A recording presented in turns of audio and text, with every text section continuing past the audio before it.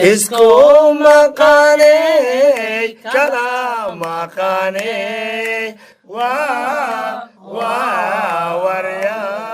waxaad ku maqnayd mahankeene isku maqanay kala maqanay waxaad ku maqnayd mahankeene waxaan ku maqnay dadkan maqano warya wixii ka maqnay muraad kala ahayn waxaan ku maqnay dadkaan maqanayo wixii ka maqnay muraad kala ahayn war isku maqanay war ma haysiine warkii hore war soo dhaaf maanta waxay ku beegan tahay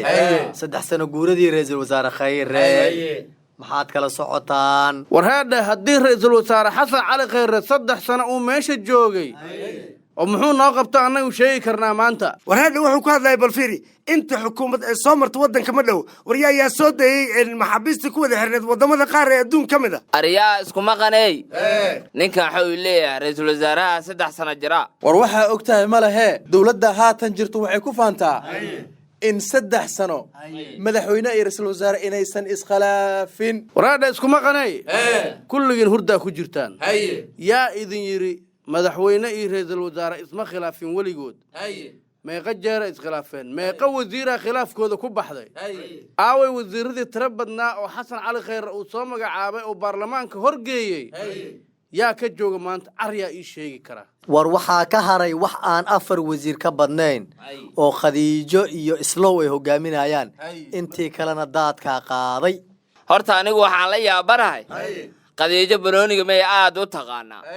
ariya wax ma ku sheegaa salax ku balansinay Banooni taqaan waa arkay war heed isku maqanay wasiirada aad u tiro badnaayeen war heed musuqmaasuq dartii miyaa loo ceyriyay war heed isku maqanay aan war idin sheego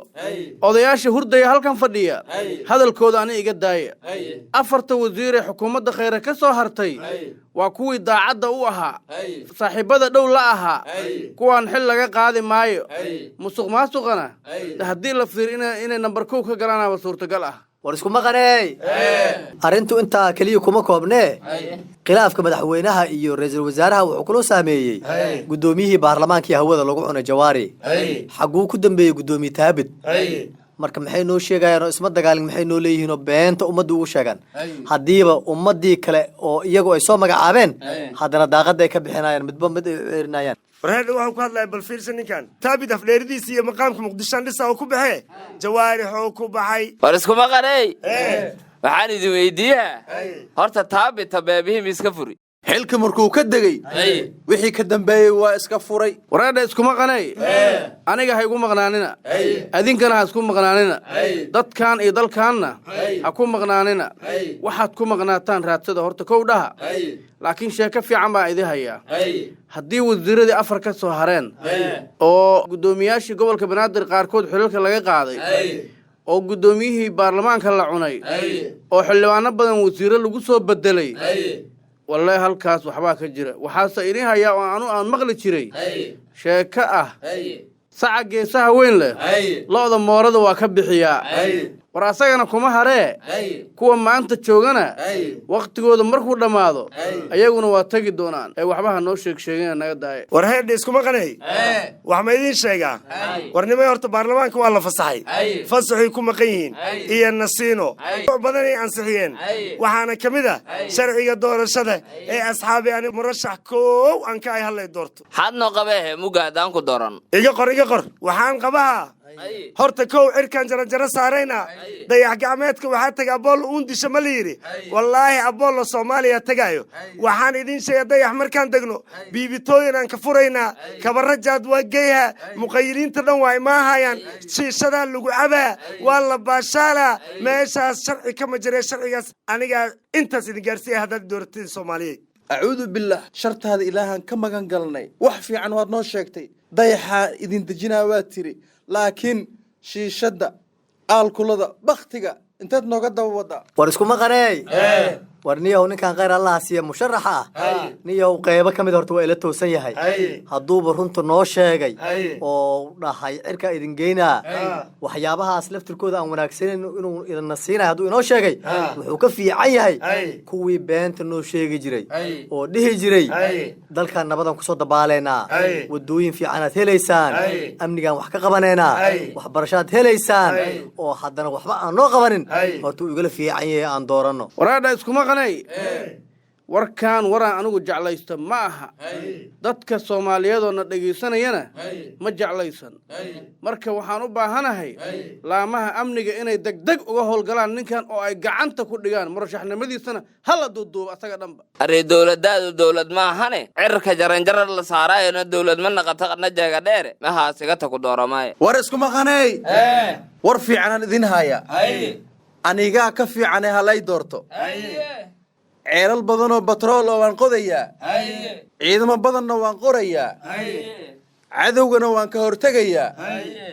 kalluunka badda ku jirana waan soo saarayaa dhalinyarada shaqo la'aanta ahna shaqooyin ayaan u yeelayaa qof kastaba lacag ku filan ayaan u qorayaa wareedha iskuma qanay wuxuu dhahay warka hore war soo dhaaf waayeel qolof lahay midkuye war ninkaa markuu diidaya inaan dayaxa dadka dejiyo wuxuu dan lahay in la doorto xarfaaney ninkan hadduu madaxweyne idiin naqdo jaad ma jiro sigaar ma jiro taambuu ma jiro karaama dool ma jiro shiishad ma jirto dhuuntow idiin istaagar baa isku doorna xarfaanta aniga igugu shubto war iskuma qanay war ilaahay intaad ka baqdaan labadan nin ee musharaxiinta sheeganaya mid walba beenta noo sheegaya labadoodaba midna yaanan dooranin waxaan dhihi lahaa haddiiba suuragal tahay nin ilaahay ka baqaayo diintiisa haysto hadalkuu noo sheega ka dhabaynayo haddaan helina kaasaan dooranayna oo ka duwan kuwii hore madaxda noo noqday iskuma qalay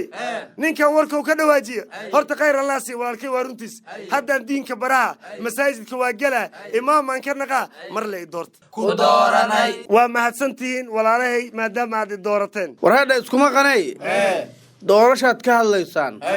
haddii sharcigii doorashada waddankan lagu geli lahaa la ansixiyo oo la saxiixay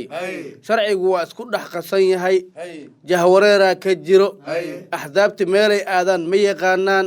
sharcigii qaab loogu shaqeeya male waddanka afti qaran lagama samaynin somalilan waa maqan tahay dastuurkii maaragta lama ansixinin doorasho qof iyo cod aad noo sheegaysaane wax ka soo socda oo ilaahay abuurtay ma jirta nagu kala wada nimanya wareedha iskuma qanay maanta war ma haysiine etoobiya war bay soo saartay oo ku saabsan farmaajo iyo muuse biixi marka yaa wax ka og anaa war ku haya war ho haye dowladda etoobiya waxay ka hadashay kulankii madaxweyne farmaajo iyo muuse biixi ku dhex maray magaalada addis ababa etoobiya waxay sheegtay in kulankaasi uu ahaa kulan ay soo dhoweynayso islamarkaana xafiiska ra'iisul wasaare abi ay ku yeesheen kulan gaar ah labadooda marka dowladda etoobiya waxay caddaysay in raaligelintii madaxweyne farmaajo ay ahayd mid wanaagsan muuse biixina uu soo dhoweeyey hadda dowladda etoobiya waxay u muuqataa mid doonaysa in madaxweyne farmaajo iyo ra'iisul wasaaraha Itoobiya safar ay ku tagaan magaalada Hargeysa waraadha iskuma qanay waxaan idin sheegayaa warka Itoobiya war baa ka soo horeeyay Muuse Biixi Faysal Cali Waraabe iyo Cabdiraxmaan Wadani horta way iskhilaafeen wax kalena isuma khilaafine arrintaana isku khilaafeen Itoobiya marka dhanna dabay ka shiday dhanna waxbay ka hagaajinaysaa axsaabtii Somaliland hadda waxay leeyihiin madaxweynuhu waa kaligi talis waxaan rabnaa doorasho waqtigeedii laga soo hormariyay Muuse Biixina waxa uu leeyahay axsaabtan lama aamini karo kuwa cusub baa loo baahan yahay marka de meeshaas warar culus baa ka taagan xalkeeduna adinka la idinka rabaa iskuma qanay Itoobiya awalan faa'iido laga sugeynine in waqooyi iyo koonfur isku keento in ay dab ka dhaxshada baahane warwarkooda naga daaya